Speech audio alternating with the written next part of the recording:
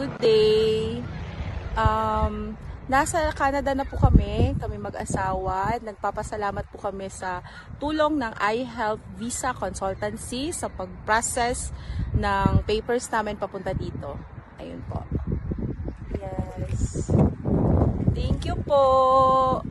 Thank you. From the start until nakarating kami dito, andyan po sila na tumulong at nag-assist sa amin.